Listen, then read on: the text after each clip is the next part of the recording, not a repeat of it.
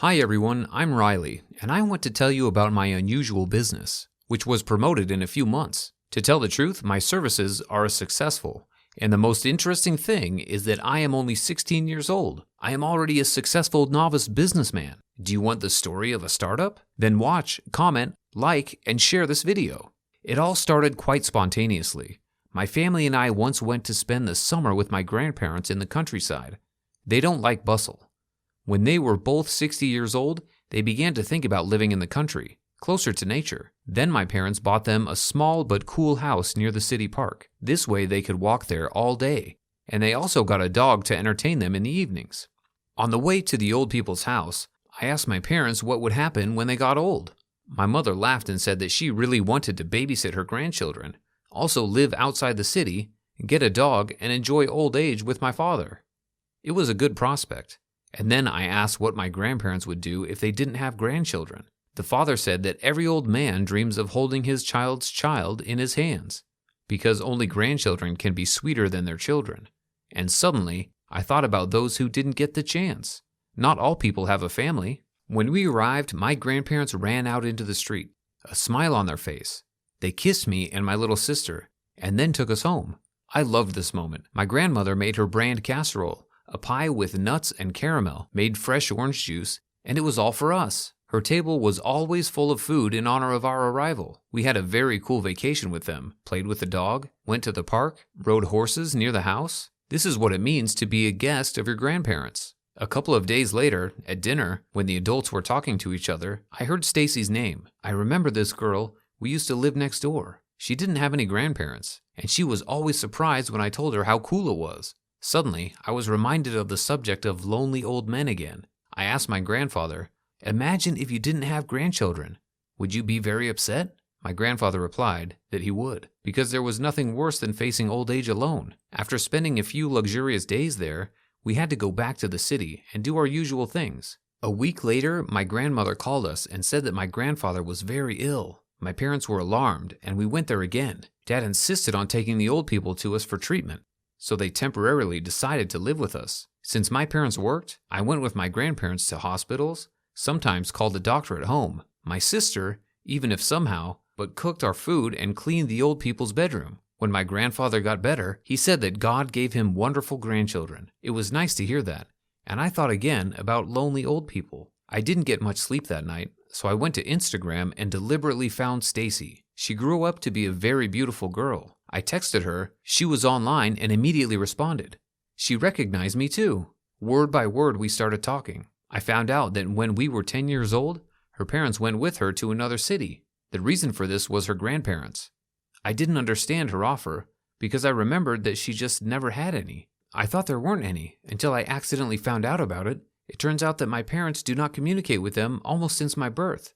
They live in a nursing home where my parents do not go. And they told me that my grandparents died before I was born, she said. It was terrible. But the worst thing is that it turns out that Stacy, having learned about the existence of old men, decided to find them. She found out the address and went there alone, found them by their last name, and said she was their granddaughter. Stacy was shocked by the conditions in which people lived. In fact, there are a lot more abandoned old people than we thought. All of them walk on closed territory, live as if in a prison. Food, walks, and sleep on a schedule. Pills, TV, and shower, the only variety. While she was telling me this, I felt sick. I thought it would be a good idea to replace these old people's homes with something better, like my old people's homes. Stacy spent most of the day there with her relatives and realized that her relatives were awesome. She began to visit them often, and when her parents found out about it, there was an incident and they moved again. From that moment on, Stacy constantly thinks about those who were abandoned.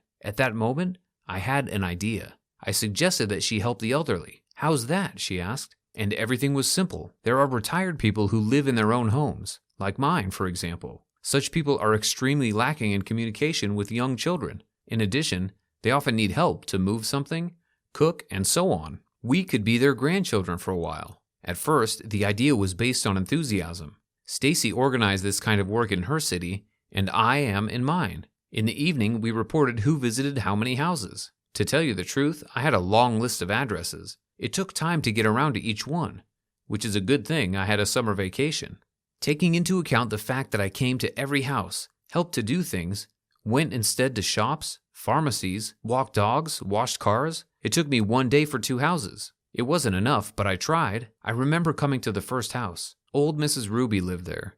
She also had a small house, in which she had long ago built a mini garden. It was overgrown with grass, and some of the house's doorknobs and furniture were broken, and it was a mess. I went inside, introduced myself, and identified myself as a volunteer assistant. At first they looked at me askance, thinking I was some kind of cheater, but when they were convinced of my pure intentions, Mrs. Ruby said what I could do to help her. I did everything right, and she gave me a delicious berry juice and chocolate cookies. When she heard about my initiative, she was happy and said that it would be great if I didn't stop there. I don't have my own grandchildren, and my children are far away. They have long left and can't come even once a year, so I live alone. They help me with money, but I can't do much anymore, she said, and shoved $10 into my hands. That's how I made my first money. When I got home, I told Stacy about the payment, and she suggested that I seriously consider volunteering as a business. Why not? We cannot take money from those who do not have it at all, but take it from those who give. This way, we will cover the expenses that are causing us to go into negative territory,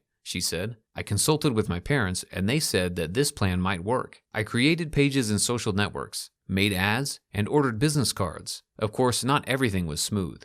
There were cases when I came to any house where harmful retired people did nothing but vent their anger. One of them even had a heart attack, so it's good that I called an ambulance on time and they saved her. But in general, the work was going on in my city, Stacy in hers. We called our services Grandson for an Hour, officially registered, took first aid courses, received a work permit, studied a basic course of psychological assistance, communicated more and more with the elders, and I realized that they most needed a company, someone to talk to and have fun with. A year later, we decided to expand the staff, recruit people, and also ran them through all the training materials. You won't believe it, but we had a lot of demand. People who have elderly parents, relatives, grandparents who are alone without supervision but who need help called us and wrote to us.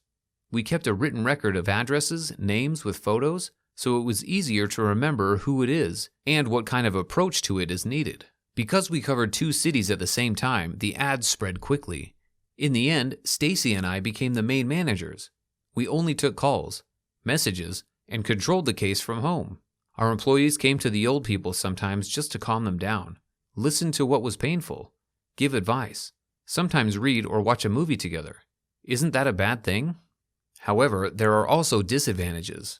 Once, when all my fellow employees were busy, I took the call myself and went to the specified address. It turned out that there was a grandfather, very old. He sat alone on the porch, clutching a black and white photo. When he saw me, he showed it to me and said it was his beautiful wife who was dead. He wanted to go to her. I asked him how I could help, and he said he wanted to ask me to bury him like my own grandfather, because he was lonely. My heart sank at that moment. I was so hurt for him. I tried to amuse him, to cheer him up, to offer to have dinner with me and go for a walk, but he hugged me and said he wanted to sleep. I put him to bed and went to the kitchen to make tea. When I got back, he wasn't breathing. I kept my word and buried him as my own. My only regret was that he didn't call me sooner. I might have changed his fate, and he would have lived for a while longer. You know, on the one hand, I'm glad that my business is thriving, but on the other hand, I see that the more people call me about an order, the more lonely people there are.